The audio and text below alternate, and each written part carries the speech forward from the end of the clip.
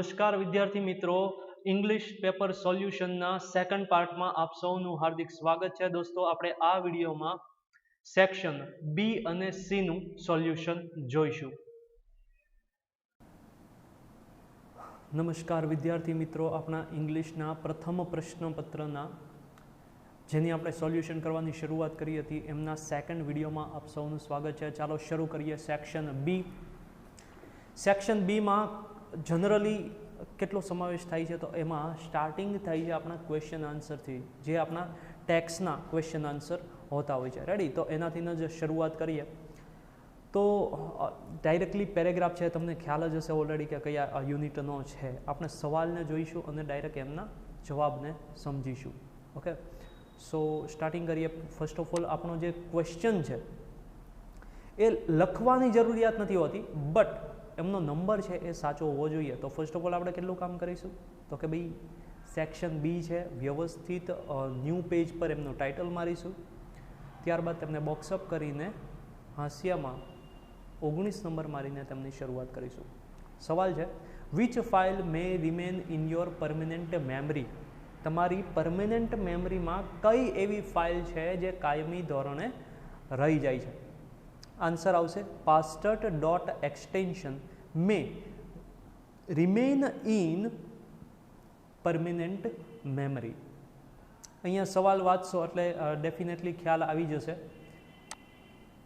Like અહીંયા જો, love will automatically erase past hurt. Past હર્ટને ઓટોમેટિકલી ઇરેઝ કરી દેશે from your current operating system. પરંતુ એ જે remain in your permanent memory, તે તમારી પરમેનન્ટ મેમરીમાં રહી જશે. તો અહીંયાથી તમને એ જવાબ મળી જાય છે. Next one, which of the following sentence is true. નીચે આપેલા સેન્ટેન્સમાંથી કયું સેન્ટેન્સ છે એ ટ્રુ છે? જેમાં આપેલું છે love will automatically erase high esteem or love will automatically overwrite low esteem. ઓછું માન, વધારે માન. રેડી? Low esteem. તો અહીંયા આપેલું છે, જો અહીંયા રહ્યું, love will eventually overwrite low esteem dot extension. Okay, બેઠો આન્સર છે. તો તમારે જસ્ટ અહીંયા સિલેક્શન કરવાનું છે. તો અહીંયા ક્વેશ્ચન નંબર 20 કરીને તમારે કમ્પલસરી બી એવું લખવું પડશે અને ત્યાર પછી બીનો જે આન્સર બોલે છે એ લખવાનો રહેશે. After that next, did money change Walt's nature. શું પૈસાએ વોલ્ટનું નેચર, વોલ્ટનો સ્વભાવ છે એ બદલી નાખ્યો? તો એમાં આવશે નો. જો અહીંયા જો આપેલું છે, યટ તેમ છતાં સક્સેસ નેવર ચેન્જ વોલ્ટ. સફળતાએ ક્યારે પણ વોલ્ટને બદલ્યો નથી. તો અહીંયા સવાલનું ફોર્મેશન સમજો. સહાયકારક ક્રિયાપદથી ક્વેશ્ચનની શરૂઆત થઈ છે, તો જ્યારે સહાયકારકથી શરૂઆત થઈ હોય તો એમનો આન્સર યસ અથવા નોથી ન જ હોવો જોઈએ. ઓકે, તો અહીંયા આવશે no. Money did not change Walt's nature. પૈસાએ ક્યારે પણ વોલ્ટના નેચરને બદલ્યું ન હતું. Next question, what did Walt not like. વોલ્ટને શું પસંદ ન હતું? તો પેરેગ્રાફ વાંચશો ત્યાંથી ખબર પડશે કે ભાઈ તે હંમેશા એક સાધારણ વ્યક્તિ બનો રહ્યો હતો અને અહીંયા રહ્યું, he hated parties and his idea of night out was only a burger and chili at some little restaurant. આટલે સુધીનો છે આપણો આન્સર. શું પસંદ નથી એની વાત છે. તો વોલ્ટને પાર્ટીઝને એવું બધું કંઈ ખાસ પસંદ ન હતું. Ready? After that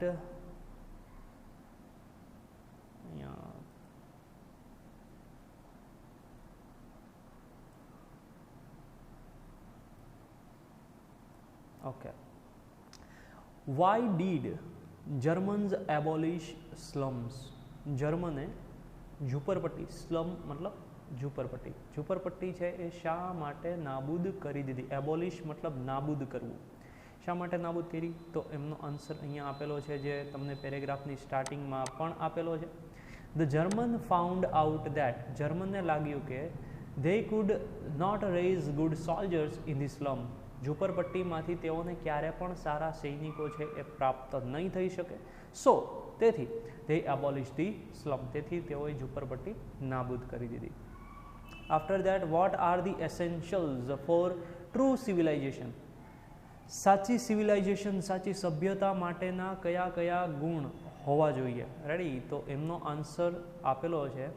The essential of true civilizations are decent lodging. તમને ઓલરેડી એ બધા ગુણ છે એ ઉપર આપેલા જ હશે.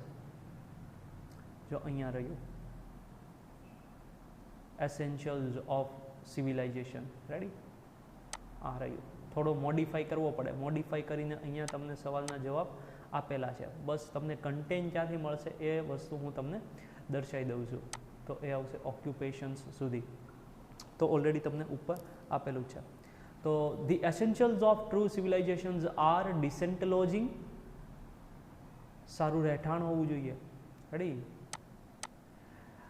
ત્યાર પછી છે ક્લીન સ્ટ્રીટ, સ્વચ્છ શેરીઓ, વોલસમ ફૂડ, સ્કેન્ટી ફૂડ, થોડું ઓછું પણ સારું ભોજન લેતો હોવો જોઈએ વ્યક્તિ. પ્રોપર મેડિકલ કેર, યોગ્ય વૈદ્યકીય સારવાર લેતો હોવો જોઈએ. પછી ત્યારબાદ છે proper safeguard for the workers in their occupation, જે ધંધામાં વર્કર્સ કામ કરે છે તેમાં તેમને પ્રોપર સેફગાર્ડ, સલામતી નિશ્ચિતપણે હોવી જોઈએ. તો આ હતા તેમના એસેન્શિયલ્સ ગુણ. After that question number 25, how was Nana's intonation? Intonation મતલબ લહેકો. નાનાનો લહેકો છે એ કેવો હતો? એકદમ સરસ મજાનો સવાલ છે અને બેઠો એમનો જવાબ આવશે. હિઝ ઇન્ટોનેશન વોઝ નોઝલ, નાકમાંથી. રેડી?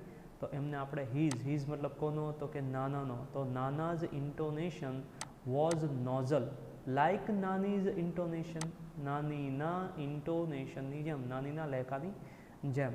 રેડી? તો અહીંયા એ આખો સવાલ તમને આપેલો છે. એકદમ ઇઝી છે દોસ્તો, કોઈ એવી હાર્ડ એન્ડ ટફ આમાં રોકેટ સાયન્સ હોતું નથી.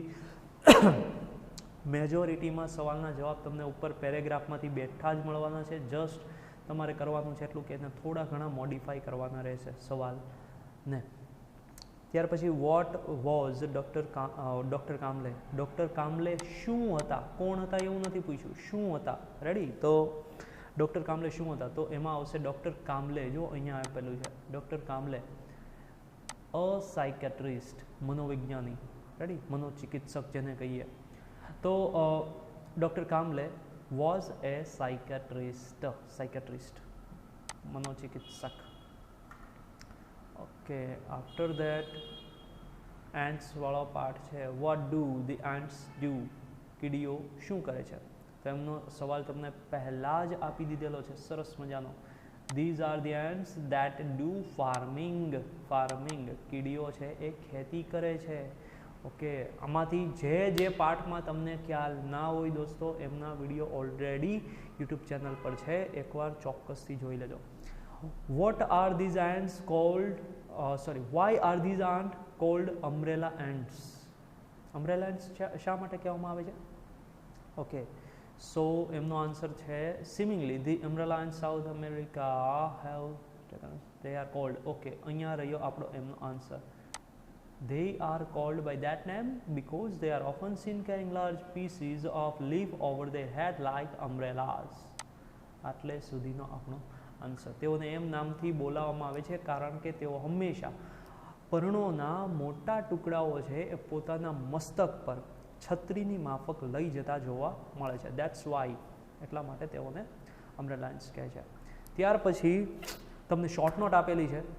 જો જનરલી આઈ થિંક સો તમને 4 શોર્ટ નોટ આપવામાં આવશે, જેમાંથી કોઈ પણ 2 એની ટુ કોઈ પણ 2 શોર્ટ નોટ છે આપણે લખવાની રહેશે. રેડી? ત્રીજી શોર્ટ નોટ લખવામાં સમય વ્યર્થ કરવાનો નથી. જે 2 તમને સૌથી વધારે આવડે છે એ જ શોર્ટ નોટ આપણે લખવાની રહેશે. તો ફર્સ્ટ ઓફ ઓલ છે વોલ્ટ ડિઝની. ત્યાર પછી રેમેડીઝ ટુ રિડ્યુસ સ્ટ્રેસ, સ્ટ્રેસને દૂર કરવા માટે શું કરશું, કેટલી તરકીબ લગાવશું એની વાત છે. કન્ડિશન ફોર મેકિંગ લવ, પ્રેમ કરવા માટેની કેટલીક શરતો છે એમની ચર્ચા છે. એન્ડ ધી ડ્રાઈવર એન્ડ્સ, અને ચાલક કીડીઓ. રેડી? તો આ થઈ ગઈ 4 શોર્ટ નોટ. તો તો વ્યવસ્થિત શોર્ટ નોટમાં તમારે એમનું ટાઇટલ મારવાનું છે. શોર્ટ નોટનું ટાઇટલ હોવું કમ્પલસરી છે અને ત્યાર પછી એક નાનકડા એવા હલકાસા પેરેગ્રાફ સાથે તમારે એમને શરૂઆત કરવાની છે લખવાની. ત્યારબાદ ફિલ ઇન ધી બ્લેન્ક્સ, બ્લેન્કને ફિલઅપ કરવાની છે જે ગ્લોસરીને આધારિત હોય છે. રેડી? તો ગ્લોસરી આવડતી હોવી કમ્પલસરી છે. સલીમ ખાલી જગ્યા that he was going to be an ornithologist. Ready? Imagine કલ્પના કરવી, નોટિસ ધ્યાનમાં લેવું, કન્ઝર્વેટર રક્ષક અને ડિસાઇડેડ એટલે નક્કી કરવું. તો સલીમે નક્કી કર્યું હતું કે he was going to be an ornithologist. Ornithologist is the person who studies about the birds. પક્ષીઓનો જે અભ્યાસ કરે છે એમને કહેવામાં આવતું હોય છે ઓર્નિથોલોજિસ્ટ. રેડી? તો સલીમે નક્કી કર્યું હતું તો ડિસાઇડેડ પહેલામાં આવશે decided. No one would have, કોઈ પણ વ્યક્તિને ખબર ન હતી that the bird shooter would become the bird lover, કે એક પક્ષીઓનો જે શૂટર છે, જે પક્ષીઓનો કતલ કરે છે એ વ્યક્તિ એ બર્ડ લવર પક્ષીઓનો ચાહક બનશે. તો no one would have ever imagine કલ્પના કરવી, તો કોઈએ કલ્પના પણ કરી ન હતી. તો બર્ડ લવર એન્ડ નેચર અને પ્રકૃતિનો શું કન્ઝર્વેટર. આ બધાનું ગુજરાતી તમે જોડતા જશો એટલે આપોઆપ ખ્યાલ આવશે. તો કોઈ પણ વ્યક્તિએ કલ્પના કરી ન હતી, તો એટલા માટે આવે ઇમેજિન. કોઈ પણ વ્યક્તિએ કલ્પના કરી ન હતી કે પક્ષીઓનો શૂટર એક દિવસ એ પક્ષીઓનો લવર બનશે અને નેચર કન્ઝર્વેટર અને પ્રકૃતિનો રક્ષક બનશે. ઓકે, તો આ બેઝ છે ગુજરાતી પર, મીન્સ કે ટ્રાન્સલેશન બેઝ છે. ઓકે, ગ્લોસરી આવડતી હશે તો ઇઝીલી તમે સોલ્વ કરી શકશો. આફ્ટર દેટ નવા પેજ પર સ્ટાર્ટિંગ સેક્શન સી, એમાં આપેલું છે read the following paragraph and answer the questions given below. નીચે આપેલા જે પેરેગ્રાફ છે એને સ્ટડી કરવાનો છે અને ત્યારબાદ એમના આન્સર છે એ આપણે આપવાના રહેશે. સ્ટાર્ટ કરીએ. અહીંયા તમને સપ્લિમેન્ટરીનો પેરેગ્રાફ છે એ આપવામાં આવશે. સપ્લિમેન્ટરી રીડ કરેલી હોવી કમ્પલસરી છે, અધરવાઇઝ કયા યુનિટનું આ પેરેગ્રાફ આપણને આપેલો છે ખ્યાલ નહીં આવે, એની સ્ટોરી પણ અધરવાઇઝ સમજ નહીં પડે જો રીડ કરેલ નથી તો. ઓકે, સો સ્ટાર્ટ કરીએ. સલીમ અલી વાળો paragraph, one of the most IMP paragraphs. Ready? IMP છે આ જે સપ્લિમેન્ટરી યુનિટ છે ને એ આઈએમપી છે. યાદ રાખજો દોસ્તો, જે પણ રીડ ઓછું કરે છે અથવા તો સપ્લિમેન્ટરી રીડ કરી જ નથી, રેડી, જેણે સપ્લિમેન્ટરી રીડ કરી જ નથી એ લોકો માટે ખાસ કે સલીમ અલી, રેડી, આ જે પાર્ટ છે ધી બર્ડમેન ઓફ ઇન્ડિયા, આ સપ્લિમેન્ટરીને બિલકુલ બી નિગ્લેક્ટ કરવાની નથી. રીડ કરજો જ. ઓકે, સો સ્ટાર્ટ કરીએ. Why did Salim Ali go to Germany? Salim Ali છે એ જર્મની શા માટે ગયા? મસ્ત મજાનો સવાલ, એમનો બેઠો જવાબ. જસ્ટ તમે એકાદ વાર પેરેગ્રાફ વાંચેલો હોય તો ઇઝીલી ખ્યાલ આવી જાય કે ભાઈ આનો જવાબ શું આવતો હોય છે. તો Salim Ali went to Germany and got train under professor Stresemann. Ready? તો અહીંયા આપેલો છે એનો જવાબ મોડિફાઈ કરીને આપણને કે Salim Ali went to Germany to વાયનો જવાબ છે એ બે રીતે તમે આપી શકતા હોય, એક તો બીકોઝ ઓર ટુથી. રેડી? પર્પઝના હેતુથી તમે આપી શકો. To get training under professor Stresemann. Professor સ્ટ્રેસમેનની અંડર તાલીમ લેવા માટે સલીમ અલી છે એ જર્મની ગયા હતા. Another one, Salim Ali was rejected for the job because. Salim Ali છે એ જોબ માટે રિજેક્ટ થયા કારણ કે સેન્ટેન્સ છે એ અધૂરું આપેલું છે. આ સેન્ટેન્સને આપણે પૂર્ણ કરવાનું છે તો બીકોઝથી આપણે પૂર્ણ કરશું. તો Salim Ali was rejected for the job because Salim didn't have MSc or PhD degrees. કારણ કે સલીમ પાસે એમએસસી અથવા તો પીએચડીની ડિગ્રી ન હતી. ઓકે, એટલા માટે સલીમ છે એ રિજેક્ટ થયેલા હતા. ઓકે, એમનો આન્સર બી તમને અહીંયા ઉપર આપેલો જ છે. Was rejected since we did not have MSc or PhD degrees. Ready? તો ત્યાંથી તમને આન્સર મળી જશે.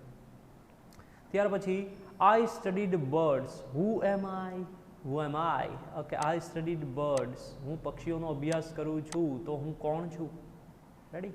તો એમાં આવશે ઓર્નિથોલોજિસ્ટ, જેની ચર્ચા આપણે ઓલરેડી થઈ ચૂકી છે. તો પક્ષીઓનો અભ્યાસ કરતા વ્યક્તિને શું કહેવામાં આવે છે? તો એમાં આન્સર આવશે ornithologist. After that next question, the criminal would taken to. પછી ત્યારબાદ આપણને અહીંયા એક સિમ્પલી બ્લેન્ક આપેલી છે. દેટ મીન્સ આપણે જસ્ટ બ્લેન્કને ફિલઅપ કરવાની છે. Okay, the criminal would be taken to. આવી ગયું. Instead the criminal would taken to a large arena. તો અહીંયા આવશે to a large arena. Okay, after that ત્યારબાદ okay, the next question, what would happen if the criminal choose the door well? શું થશે જો criminal છે એ સાચો દરવાજો ચૂઝ કરશે, સાચો દરવાજો પસંદ કરશે? if the criminal choose the door well, જો ક્રિમિનલ સાચો દરવાજો પસંદ કરશે તો he had to marry the girl. તેમને છોકરી, જે છોકરી છે રાજકુમારી છે, તેમની સાથે મેરેજ કરવા પડશે, જેમનો આન્સર અહીં આપેલો છે. he had to marry the girl. Okay, next summary writing. Okay, summary writing simply તમને એક પેરેગ્રાફ આપેલો હશે, એ પેરેગ્રાફને આપણે સમરાઇઝ કરવાનો છે, મતલબ શોર્ટમાં લખવાનો છે. અહીંયા એક સિમ્પલ કોન્સેપ્ટ એવો રાખવાનો છે દોસ્તો કે જે સમરી આપેલી છે એમનો આપણે 1/3 ત્રીજો પાર્ટ છે એ લખવાનો છે. રેડી? તો 3, 6, 7, 8, 8 થી 9 લાઈન સપોઝ તમને આપેલી છે, તો એક સિમ્પલ એવી સ્ટ્રેટેજી રાખવાની કે આપણે 3 લાઈનમાં છે એ સમરી, આની 3 લાઈન, એટલે આપણે એપ્રોક્સિમેટલી 5 લાઈન જેવું થશે. રેડી? તો એ 3 લાઈનનો પેરેગ્રાફ છે એ આપણો થવો જોઈએ. વધારે લોંગ સમરીમાં પેરેગ્રાફ થવો જોઈએ નહીં. મેઇન કન્ટેન્ટ જે આવતો હશે એમને જ લેવાનો છે. સૌપ્રથમ પેરેગ્રાફ આખો વાંચી જાઓ, ત્યાર પછી જેટલું તમને સમજાય છે કે આ એનો મેઇન કન્ટેન્ટ છે, બસ એ જ લખવાનો છે. There is no grammatical rule.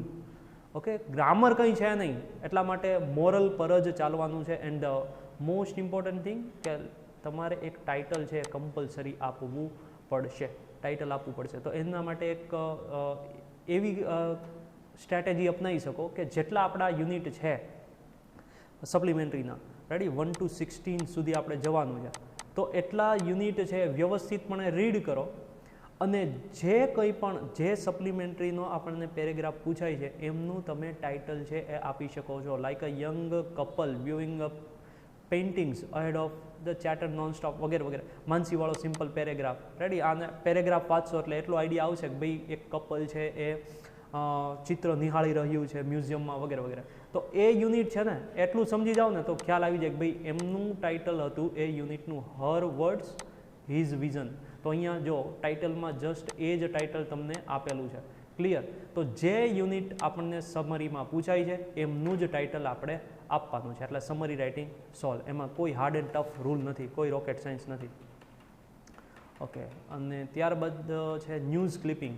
News clipping, હવે જેને ખબર ના હોય ન્યૂઝ ક્લિપિંગ શું છે તો સિમ્પલ ટ્રાન્સલેશન કરો. ન્યૂઝ સમાચાર પત્ર જે આપણને આવે છે એ, ક્લિપિંગ ક્લિપ એક નાનકડો ટુકડો. ઓકે, તો ન્યૂઝ ક્લિપિંગ એટલે આ એક અનસીન પેરેગ્રાફથી વિશેષ કંઈ નથી, અનસીન પેરેગ્રાફ જ છે. બસ એમની પૂછવાની રીત થોડીક અલગ છે, નામ ફેરવી નાખ્યું, ન્યૂઝ ક્લિપિંગ કરી નાખ્યું છે. ઓકે, સો એક અનસીન પેરેગ્રાફ જ રહેવાનો છે. આ વાંચી જવાનો વ્યવસ્થિત અને જે એના સવાલ જવાબ બને છે એ આપણે ધ્યાનમાં લેશું. ઓકે, સો પહેલું જોઈએ, what is this news about? આ ન્યૂઝ છે એ કોના વિશે છે? રેડી? આ જે આપણને આટલું આ ન્યૂઝ ક્લિપિંગ આપેલું છે આ છે કોના વિશે એ આપણે જોવાનું છે. તો અહીંયા સ્ટાર્ટિંગમાં જ ટાઇટલ આપી દીધું, જાયન્ટ ડાયનોસોર ફૂટપ્રિન્ટ ડિસ્કવર્ડ. એક મોટા ડાયનોસોરની ફૂટપ્રિન્ટ એટલે જે પગલું હોય છે, રેડી, એ આપણને ડિસ્કવર્ડ એટલે પ્રાપ્ત થયેલું છે. તો આ છે એમનું મેઇન ટાઇટલ. રેડી? તો આ આમના વિશે આ આખી ન્યૂઝ ક્લિપિંગ રહેલી છે. તો અહીંયા મોડિફાઈ કરીને જવાબ બનાવ્યો, this the news is about the giant dinosaur footprint discovered. તો હરેકમાં કોન્સેપ્ટ સેમ જ રહેશે. Second, how old was the fossil found by the researchers? Okay, તો જે એ આ હાડપિંજર વગેરે મળેલું છે એ કેટલું જૂનું છે? ઓકે, હાઉ ઓલ્ડ કેટલું જૂનું, તો અહીંયા સમયગાળો આવવાનો છે. તો સમયગાળો આમાંથી શોધવાનો અહીંયા જોવા મળશે કે ભાઈ biological former between 70 million and 90 million years, લગભગ 70 થી 90 મિલિયન યર્સ પહેલાંનું આ ફોસિલ છે. ઓકે, તો અહીંયા આ રહ્યો એનો જવાબ. The researchers found that the fossil was between 70 millions and 90 millions years. 70 થી 90 મિલિયન્સ યર્સ વચ્ચેનું આ ફોસિલ છે એ પ્રાપ્ત થયેલું છે. ત્યારબાદ what are the long necked dinosaur called? લાંબી ડોકવાળા ડાયનોસોરને શું કહેવામાં આવે છે? તો એમાં આવશે the long necked dinosaur are called titanosaurus. અહીંયા તમને ઓલરેડી આપેલું હશે લોંગ નેક વાળું. આખો પેરેગ્રાફ વ્યવસ્થિત પહેલાં રીડ કરવાનો છે, ત્યારબાદ ઇઝીલી તમને જવાબ છે એ બધા મળે જશે. ઓકે, તો આમાંથી જસ્ટ શોધી લેજો એટલું. ત્યારબાદ ડિસ્ક્રાઇબ ધ ટિટેનોસોરસ, એમનું વર્ણન કરવાનું છે. ધ ટિટેનોસોરસ ઇઝ અહીંયા એક નાનકડી એરર રહી ગઈ છે, અહીંયા રહ્યું 30 મીટર લોંગ 20 મીટર્સ ટોલ. આ છે એનો જવાબ, ટિટેનોસોરસ. A long necked dinosaur and could have been more than 30 meter long. 30 મીટરથી લાંબો અને 20 મીટરથી ટોલ. ટોલ મતલબ ઊંચો. આ તમે પેલું જુરાસિક પાર્ક જોયું હોય તો એમાં ઇઝીલી તમને જે જોવા મળે પર્ણ ખાતા હોય એવા ડાયનોસોર લાંબી ડોકવાળા, બસ એની વાત છે. Okay, and the last question, which two institute have taken up the study? આ સ્ટડી છે ડાયનોસોર પરની એ કઈ ઇન્સ્ટિટ્યૂટે હાથ ધરેલી હતી? તો એમના અહીંયા નામ આપેલું છે. First one Okayama University of Science, Okayama University. And the next one the Japanese university have taken up the study. એમનું પણ તમને અહીંયા નામ આપેલું હોય છે, આ રહ્યું નામ, ધી જાપાનીઝ. રેડી, ઓકાયામા, આ બધે નામ. તો આ રીતે જસ્ટ પેરેગ્રાફ વાંચીને સિમ્પલી એમના જવાબ શોધવાના રહેશે. એ હતું ન્યૂઝ ક્લિપિંગ એન્ડ પોયમ. એમનો ટોટલ માર્કિંગ છે 5 માર્ક. પોયમના વિડીયો બી યુટ્યુબ ઉપર પહેલેથી અવેલેબલ છે જ. ફર્સ્ટ ઓફ ઓલ પોયમને સમજવી હોય તો એ વિડીયો છે વ્યવસ્થિતપણે રિસાઇટ કરી લેજો, ત્યાર પછી જ પોયમ સોલ્વ થશે. ઓકે, સો સ્ટાર્ટ કરીએ. What was the poet in the stanza? આ સ્ટાન્જા આપેલો છે, એમાં પોએટ શું છે? તો અહીંયા ફટાફટ જોઈ લઈએ. તો in days gone by I use to be a potter. હું એક પોટર તરીકે ટેવાયેલો હતો. Who would feel his finger mould the yielding clay, કે જે એવું ફીલ કરતો હતો કે એમની આંગળીઓ છે એ માટી છે, એમને ઘડી શકે છે. To pattern on his wheel, તેમનો વ્હીલ એટલે ચાકડો, ચાકડા પર આકાર આપવા માટે. બટ નાવ, પરંતુ હવે, થ્રુ વિઝડમ લેટલી વોન, અંતે જે જ્ઞાન મળ્યું તેમના દ્વારા ખબર પડી કે ધેટ પ્રાઇડ હેઝ ડાઇડ અવે, તે ગર્વ છે એ નાશ પામી ચૂક્યું છે. કયું ગર્વ? તો કે પોતાની આંગળીઓ વડે લચીલી માટીને ઘાટ આપવાનું ગર્વ, એ હવે નાશ પામી ચૂક્યું. તો શું થયું? તો એ last answer, I have ceased to be the potter. હવે હું કુંભાર તરીકે મટી ચૂક્યો, કુંભાર હવે હું રહ્યો નથી. તો એનું પરિણામ શું આવ્યું? And have learned to be the clay. અને હવે હું એક ક્લે એટલે માટી, હું પોતે હવે માટી બનતા શીખી ગયો છું. આ છે કોન્સેપ્ટ. હવે જો સોલ્વ કરો જો. What was the poet in the stanza? Poet છે, કવિ એ શું હતા? તો કે a potter. Ready, a poet was a potter. What was the poet become now after wisdom? જે જ્ઞાન પ્રાપ્ત થયું ત્યારબાદ પોટર શું બની ગયા? I have cease to be the potter. Potter તરીકે હું હવે નાશ પામ્યો. તો શું બની ગયો? I have learned to be the clay. Clay એટલે માટી. ઓકે, તો અહીંયા આવશે after wisdom the poet has become a pot. Pot મતલબ ઘડો, ઘડો મતલબ ઇનડાયરેક્ટલી ક્લે એટલે માટી. અહીંયા તમે જો ક્લે લખ્યું હશે તો પણ એ આન્સર છે એ રાઈટ જ છે. અહીંયા મોરલ પકડો છે. ઓકે, ઇન્સ્ટેડ ઓફ પોટર, પોટરની જગ્યાએ હવે માટી અથવા તો ઘડો બની ચૂક્યા છે. And the last question, what has the Potter stopped? Stop એટલે બંધ થઈ જવું. એનો નિયરેસ્ટ મિનિંગ પૂછાઈ શકે તો એમાં આવશે સીઝડ. સીઝડ આપેલું હશે, આ રહ્યું. નિયરેસ્ટ મિનિંગમાં પૂછાઈ શકે, સીઝડ એટલે સ્ટોપ. તો કવિ છે એ what has the potter stop, શું હતા કે જેમાંથી તે સ્ટોપ બંધ થઈ ગયા? શું બનતા બંધ થઈ ગયા? આ એક સિમ્પલ ક્વેશ્ચન એનો. તો એમાં આવશે the potter has stopped to be the potter. કવિ પોતે હવે પોટર તરીકે જે હતા એ હવે બંધ થઈ ચૂક્યા છે. તો આ હતું 3 ક્વેશ્ચન આન્સર. અને ત્યાર પછી લાસ્ટ પોયમ. રિમેમ્બર વી, યાદ રાખો કે આપણે, who takes arm against each other, આટલે સુધીનું. આપણે કે જે એકબીજા પર હાથ ઉપાડીએ છીએ એ શું? ઇટ ઇઝ ધ હ્યુમન અર્થ. તો એ માનવ ધરતી છે ધેટ વી ડિફાઇલ, કે જેને આપણે પ્રદૂષિત કરીએ છીએ. સવાલ જોઈ. How do we harm our self? આપણે પોતાની જાતને કઈ રીતે નુકસાન પહોંચાડીએ છીએ? તો એનો આન્સર આવશે વી હાર્મ અવર સેલ્ફ. આપણે પોતાની જાતને નુકસાન પહોંચાડીએ છીએ if we take arm against each અધર, જો આપણે એકબીજા પર હાથ ઉપાડીએ તો. તો અહીંયા એનો પહેલી લાઇનમાં આન્સર છે. And the next one, who polluted the earth?